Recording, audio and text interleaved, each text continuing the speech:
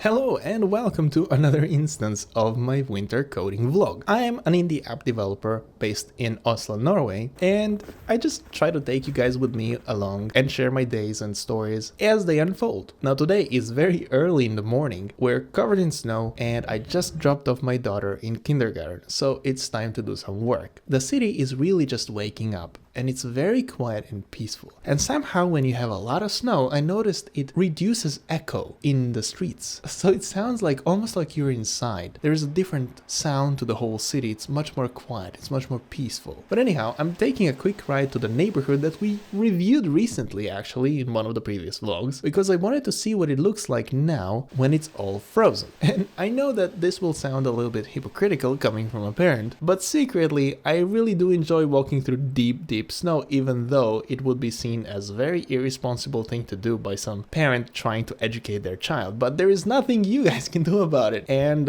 yeah, my mom is definitely not here. You know, they say adulthood is when you can just go and buy a cake. But for me, I'd say it's when you can ignore previous instruction and just walk through the deepest part of the snow. Anyhow, today I'll be working on a couple of improvements and bug fixes. So I want to take you along and share what it really looks like. Also, I wanted to tell you some very useful information about tax law in Germany. I know, it's just what you signed up for, but believe me, this information might be entertaining to some. This door, by the way, is supposedly automatic, but it only works sometimes, and I was very glad that it recognized me this time and it wanted to open all on its own. Alright, in the previous vlogs, I worked on this release notes window, and I'm pretty happy with how it turned out, but now there was a bug in the meantime that appeared from a user that I really just wanted to fix right away. So I will stash the changes that I have for now. And by the way, before we get started, I just noticed that I have very low battery, like 13%. So let's keep track on how it keeps up with a realistic development workflow that I'm going to attempt now. So what is the bug? Simply put, I was fixing some serialization issues with iCloud, and you know, there was this user who reported that it's impossible to delete some of the keyboard shortcuts. And I realized what the problem is. It's simply that I am overwriting them with the default values if I detect a null value. And so the fix really is to not model them as null,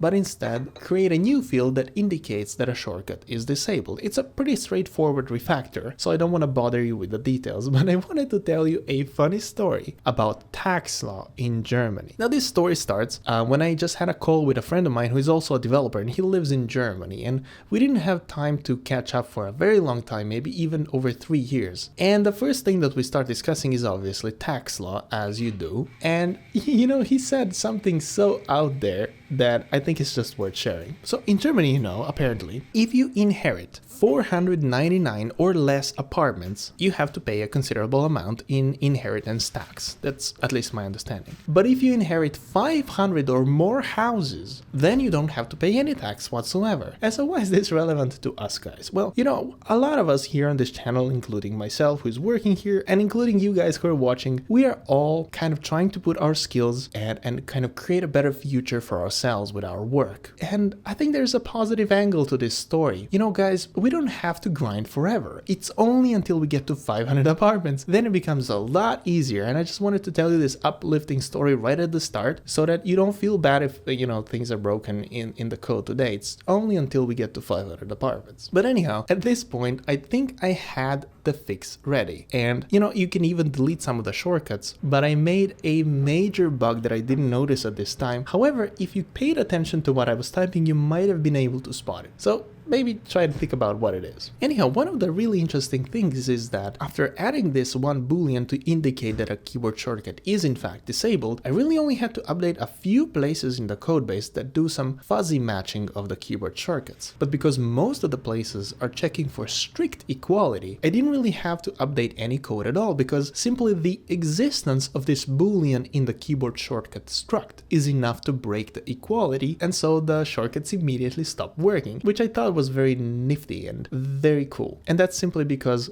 you know, structs are compared by value. Anyhow, the battery is still going very strong, only 3% down, and I've been able to complete quite a decent amount of work. In one final sanity check with the iCloud sync, I just wanted to make sure that some null values coming back from iCloud are not gonna override the values that I have here, but apparently it was all working. However, I was still completely oblivious to the bug that I made until I tried to paste something. Usually, my keyboard shortcut for opening the clipboard history is Command Shift V, but now when I look into my preferences, all of the Shift key modifiers are completely gone. And that's simply because I entirely forgot to initialize the Shift boolean in the keyboard shortcut constructor. But I guess one of the really good things about actually using my own app is that I immediately notice these things. Most of the features are something that I would use many times on a daily basis. And so that's kind of what I really like about my app. But anyhow, so far I only used half of my coffee tokens to complete this task, so I felt like I can maybe tackle one more. So on the Discord server, there is this bug with the window switcher that a user reported, which really is not a bug, it's a known limitation, so to say, where if you have many windows open, they will overflow the UI, so the list goes down and to infinity. Now, I already had a solution for this in the clipboard history because I didn't anticipate you would have the same amount of windows as you would have items in the history, so the history will scroll. There is a kind of like a sliding window that happens in the history itself, so we only show like 10 items and then you can go down and so on. So I pulled up Claude to see if it will handle it, because we already have this same exact pattern in the codebase. It should be able to just replicate a simple thing like that. But before I even managed to get started, Anthropic was apparently having some issues with authentication, and it took me quite a while to resolve it actually. But in the meantime, because I had to wait for this to kind of start working again, a quick sponsored segment helps me pay the bills on this channel. So today, a quick word from Combi is an AI agent built specifically for front-end development. Front-end comes with unique challenges that are not so easy to address with generic coding agents. The front-end ecosystem is notoriously fragmented and complex, with more libraries and versions of those libraries than anything else in the world. Combi comes pre-instructed with the best practices for each, and with the ability to accurately assess and adopt your existing tech stack. Secondly, building beautiful UIs requires iteration, taste, and human feedback, and most generic coding agents produce the same looking UI slop. Combi addresses this with finely tuned prompts and native browser integration, where you can not only preview the designs, but also give in-place feedback by selecting what needs to change right on the page. Finally, let's face it, not every Figma file is tidy and perfectly organized, but Combi comes with a special Figma integration engine that is more advanced than generic MCP connections. This allows it to make sense and translate accurately the intent behind any Figma file. I used it to iterate on my typing game, and it was a very enjoyable experience, especially with the browser integration. If you'd like to improve your UI using AI, check out Combi using the link in the description.